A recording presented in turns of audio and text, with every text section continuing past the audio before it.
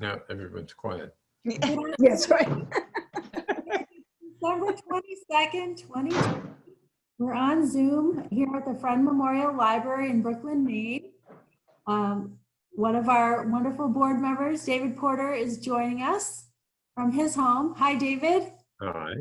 And I am the library director here, Ann-Margaret Thomas, and the Potters, who've been exhibiting their work here at the library since November. We are very lucky.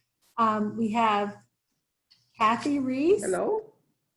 Elsie Sealander, Lila Balch, Lynn Curran Sargent, Martha Martin, Nancy Morse, and Odette Heideman, who may not be on yet, but she'll be joining us soon. So we'll get started here with some questions, if that's all right with all of you. And maybe we could just have you take turns answering. The first one is, how long have you been making and selling pottery?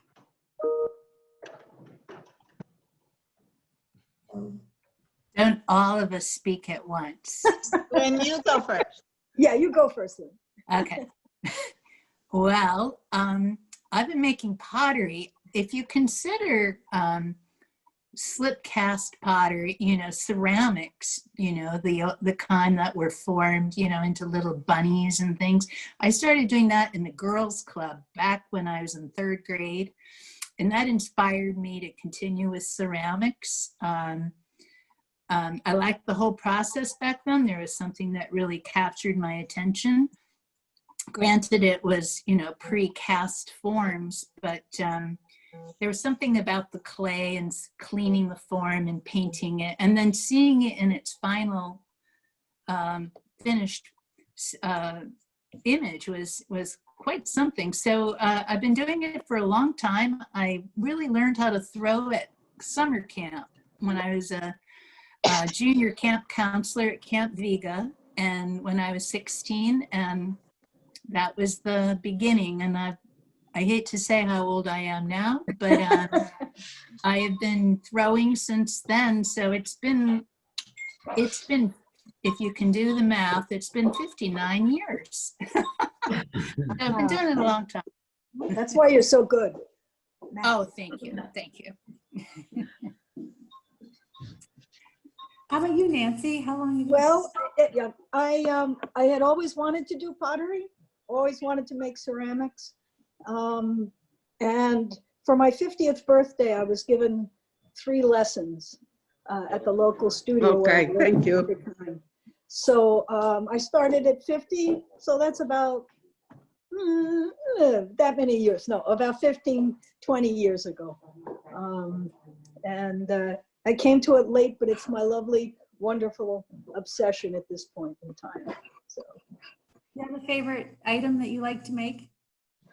well, I am captivated by different things at different times, but recently I love covered things. I love covered bowls. I love crocks. I love small covered things. And I also love making the interior of a bowl. There's something marvelous about making a perfect, wonderful interior of a bowl that you can just sort of fall into and have it be just perfect. So those are my 2 things that are captivating me lately. Elsie, on the phone, Elsie, could you join in? Hi, Odette. Oh, Odette. Hello. Well, I'll go back to your original question of how long have you been making pottery.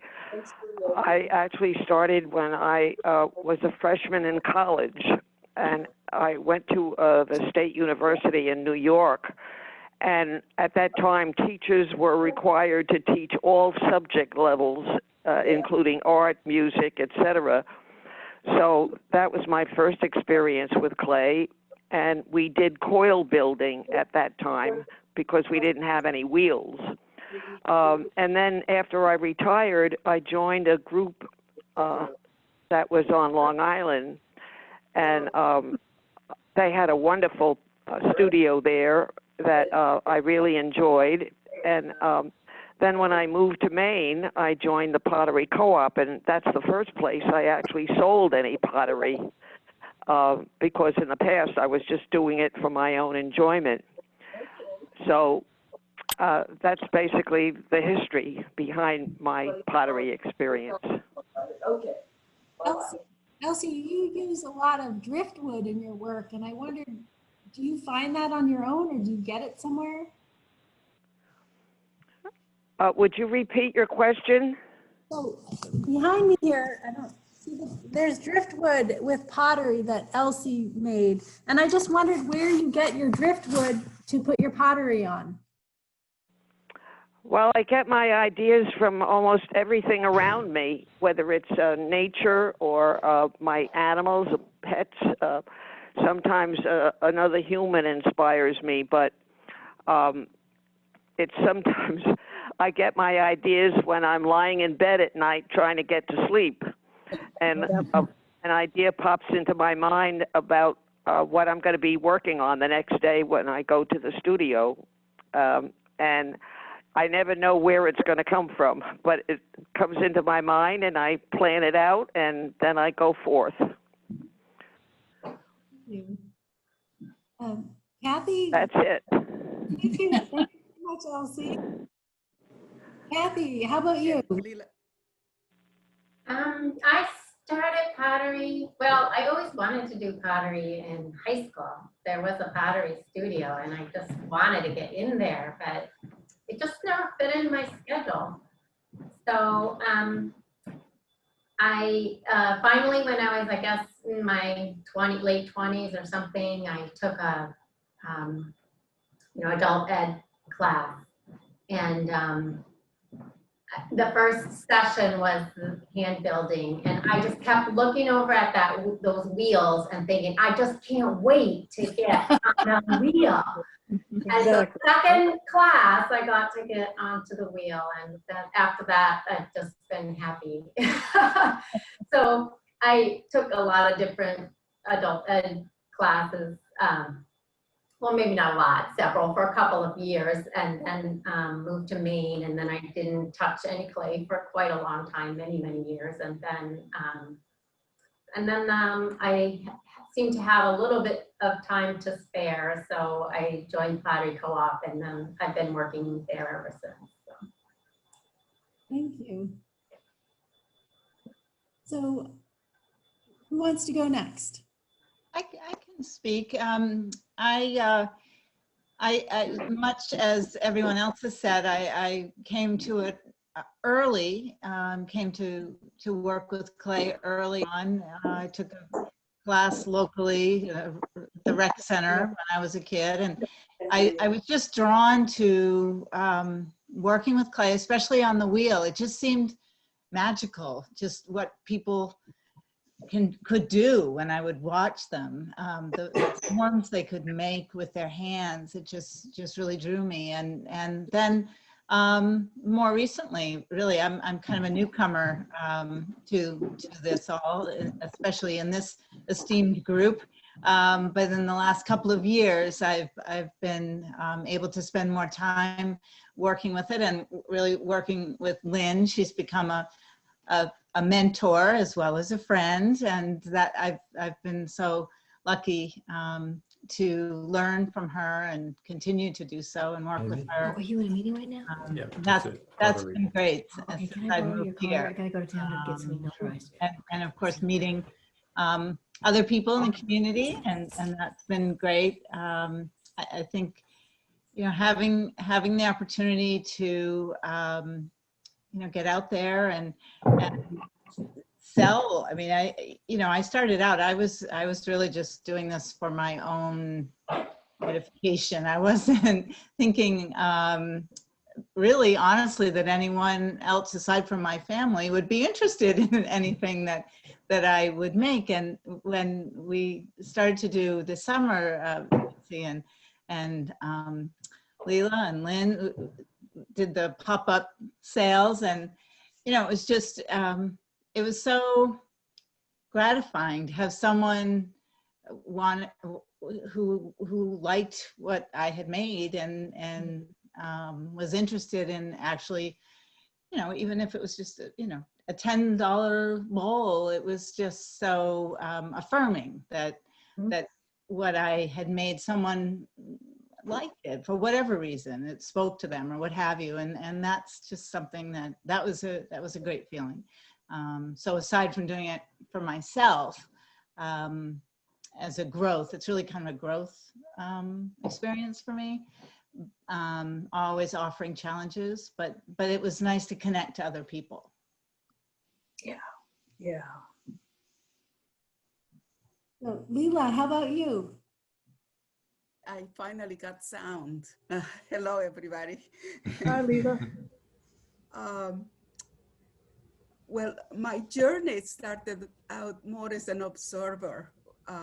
Actually, my whole life has primarily been observer about almost everything I do. And between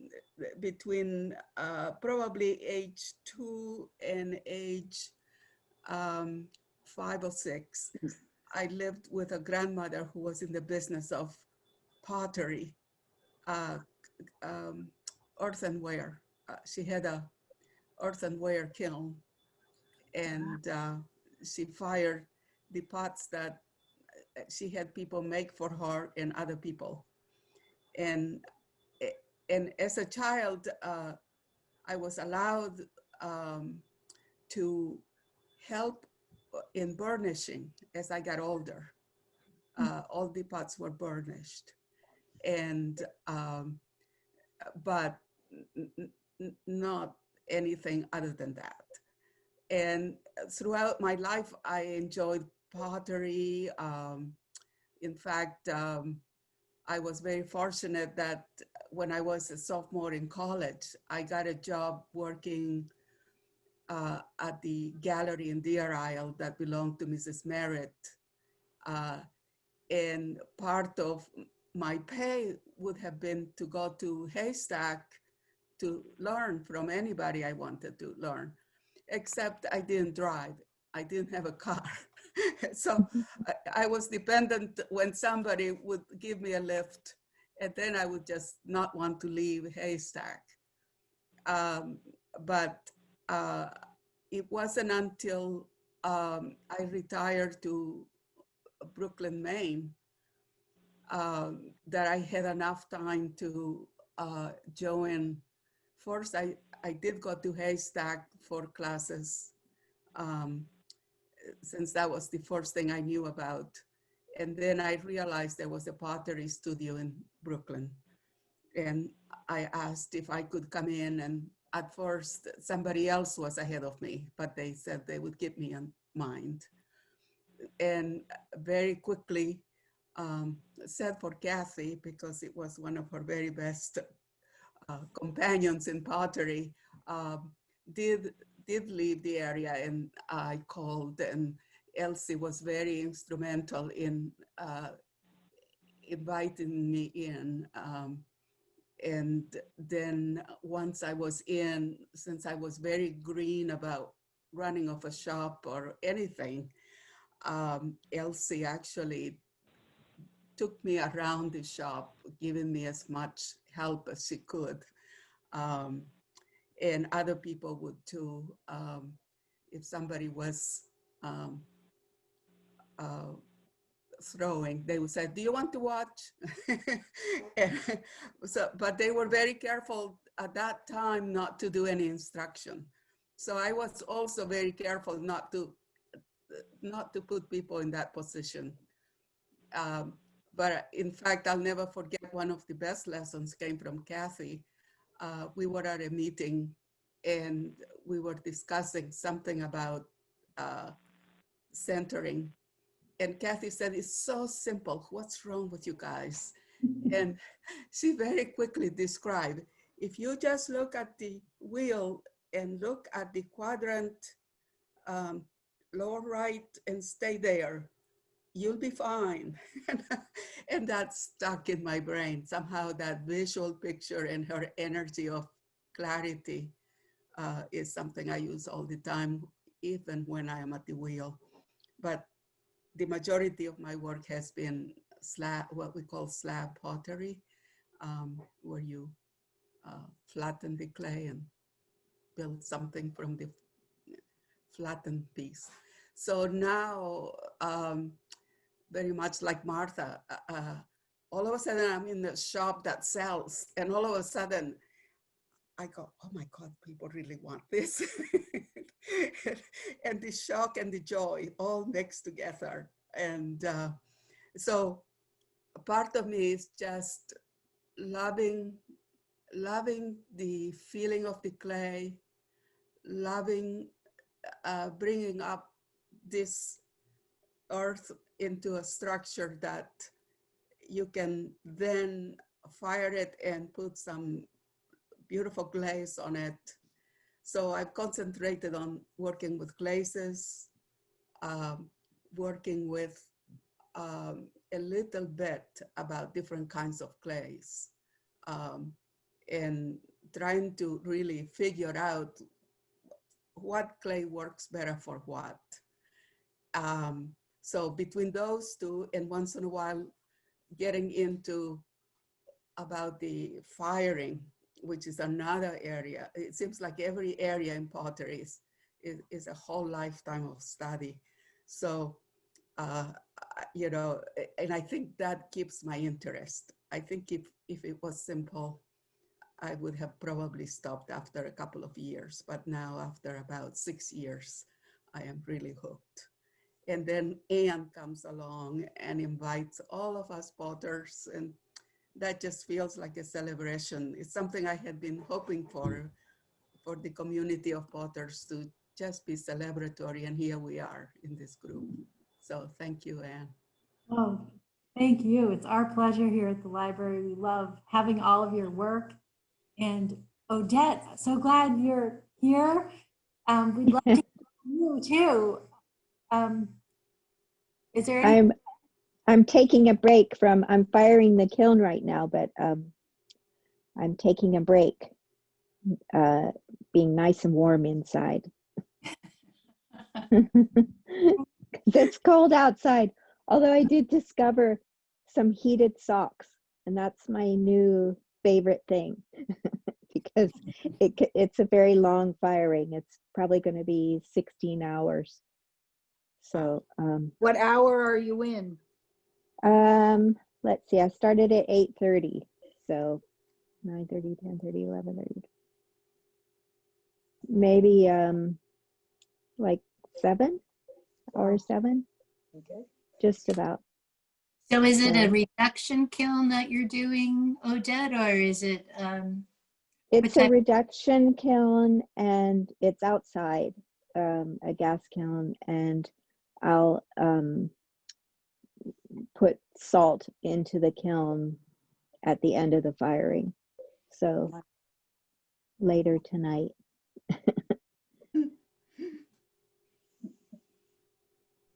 It's a good thing to do in the deep, darkest days of winter.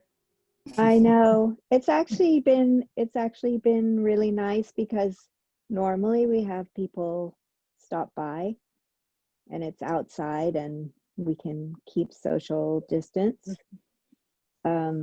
This firing, I don't know, it's just kind of cold and damp, so I'd really broadcast it. Odette, But I have some advice. David Porter is on the call and he was wondering if someone's interested in getting started, what advice would you give them? I guess, well, what's interesting in this COVID time is that so many of the pottery studios, you know, they're struggling a little bit because they don't have their normal participants, their normal students. So they're offering online classes, and, you know, several of them are great. Like at Harvard, they have one on setting up a home studio, which I think is pretty fantastic. They also had one on firing a kiln and just understanding firing.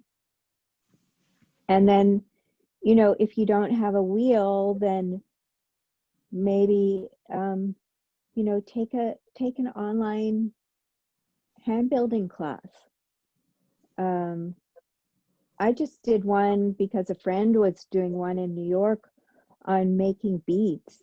And it was just 6 classes, but it was quite fascinating. And I learned something.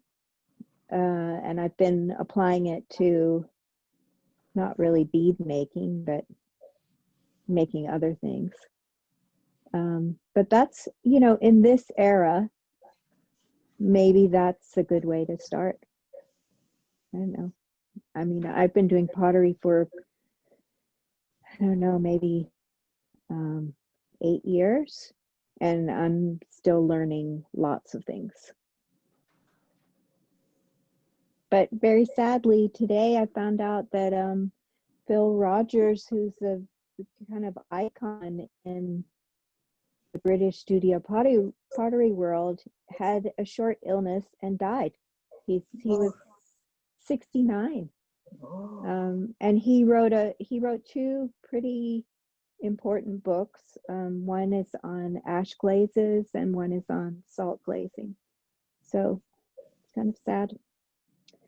But yeah, and I was actually just sitting down with his book that I was going to read whilst the firing was going on, and then saw this email that he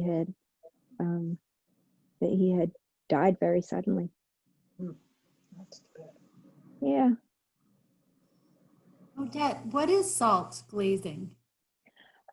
You put some either bicarbonate of soda or salt into the kiln at the end of the firing when the heat's very high, and that creates a glaze itself. So you actually don't have to put any kind of glaze material onto the pot. You could just put if you want to achieve some sort of texture or color, you put different slips like liquid clay onto the pot first, and that attracts the silica in that attracts the salt that you're putting into the kiln, and it creates a kind of texture and a glaze so that it's food safe and covered with glaze. But it's what I learned in England from a soda firer. She uses bicarbonate of soda. I'm using salt here because it's easier. Why is that easier? Because we did do some soda firing when we first started introducing that into the kiln, and it was kind of like Keystone Cops, because our sprayer kept clogging up, and sometimes after when it's late, you don't want to be dealing with that. So with salt, I'm just putting it into little packets of the Ellsworth American, folded up. And not little, the wee packet. no, just little newspaper, salt, maybe a half pound of salt, folded up into little packets, and then you just shove that into the kiln when it's around 1260 centigrade. I don't know what that is in Fahrenheit, but it's very hot at the end of the firing. And it takes about maybe an hour and a half to get in all the salt. Odette, is it true that once you start using salt in a kiln, you can't use anything else in that kiln? Well, I've heard that, but I know that at Haystack, I did a workshop with Bandana Pottery, a couple, and we were firing things in the salt kiln, and it was fine. So, I think once your kiln is really salted, which takes a while, takes quite a few firings, then maybe you can't, then, it would probably affect the glazes that you have. But I personally like that. So I would imagine that the salt firing would ruin your kiln shelves, wouldn't it? Doesn't all salt get on the shelves themselves? It does. I mean, I coat them, but it definitely wears down your kiln itself, the kiln bricks. Mhm. And you kind of want it because you want that salt buildup. But it also means you have to replace or rebuild your kiln more often. But more often, like maybe 7 years or something. So I was actually just in England in October and looking at Lisa Hammond's kiln, and she said it looks like it's falling apart, but she said it's so juicy Perfect. right now. Yeah, perfect. Like, so it's just really running well, but it's almost run its course. So, but I hope that we, we'll all get together maybe mid-January and fire some pieces together in here if anybody's interested. I like the idea of that. Yeah. that would be Thank great. you. Yeah, that's a great offer. It is a great offer. Thanks, Odette. So do all of you have a favorite item, something you really love making, that you make a lot of? That doesn't crack, you mean? I love to make bowls. Bowls are my favorite thing. However, platters are very difficult. I'm thinking that for every platter that's a success, I've had at least 3 failures Yeah. because of the clay and then the nature of the clay, the controlled drying. And then you think, oh, I've got this lovely platter. I'm going to bisque fire it. And then it cracks. It's just Or horrible. warps. Or warps. It's just constant dealing with failure. And people don't understand how resilient potters are, because it's just constant day to day experimentation. You take such risks, and then, possibly something comes out well, and it's like a real celebration. But for the most part, Yep. True. isn't it true? It's Really true. the It's a factor lesson. is just immense. It's like a lesson in patience and letting go and staying with it. It is in so many ways. And you can't get emotionally attached. If you get emotionally can't? attached to your work, forget about it. Yeah. I think you just have to enjoy the process and be satisfied with that as your result, rather than a piece, because there is a lot of failure and Exactly. that happens. And then it is the process, and every day there's work, something to do in the process. So that's where I get my joy. It's not necessarily the bowl or the platter, but it's going back and knowing that I have pots to trim tomorrow or something like that. It's good work. Always something to learn. For me especially, but I think that, Lynn and those of you who've been doing it for many, many years would agree that there's always something to learn, and there's always something to explore or improve upon, and something to discover, which is both, it's exciting, it can be frustrating sometimes, but it's exciting, and I think it keeps you going. And I just love that. I love the hands-on part, and I think it was Martha that said earlier, the magic of the wheel. I think that I was fascinated by clay, but it was really about being on the wheel, and how whatever mood I'm in, that I bring to the wheel at that moment, when everything is malleable and the clay is still have a lot of life in it, that you bring what I have in that moment to the wheel. I put it there, something comes from it. Hopefully I have an idea of what it's going to look like at the end. And in that gesture, that moment gets captured and then fired and then glazed and then used. It's a wonderful, it's a process I keep going back to and can't let go of. It's just a wonderful, it keeps me coming back all the time. As well as all the other things like trimming and thinking about color and thinking about texture and thinking about glaze and seeing things in nature that make me want to see if I can make that happen on a pot that I put on my table every day. So it's just the whole process is engaging, not to mention the community of people. Potters seem to be the most generous people I've ever been around in terms of time, energy, information, creativity, fun, all of it. It's a wonderful community. That's so true. When I moved here from Western Maine about 2 years ago, and in Western Maine, I worked in isolation. There was one other potter, but there wasn't any sort of community. And I went to a dinner party at Odette's. That's right.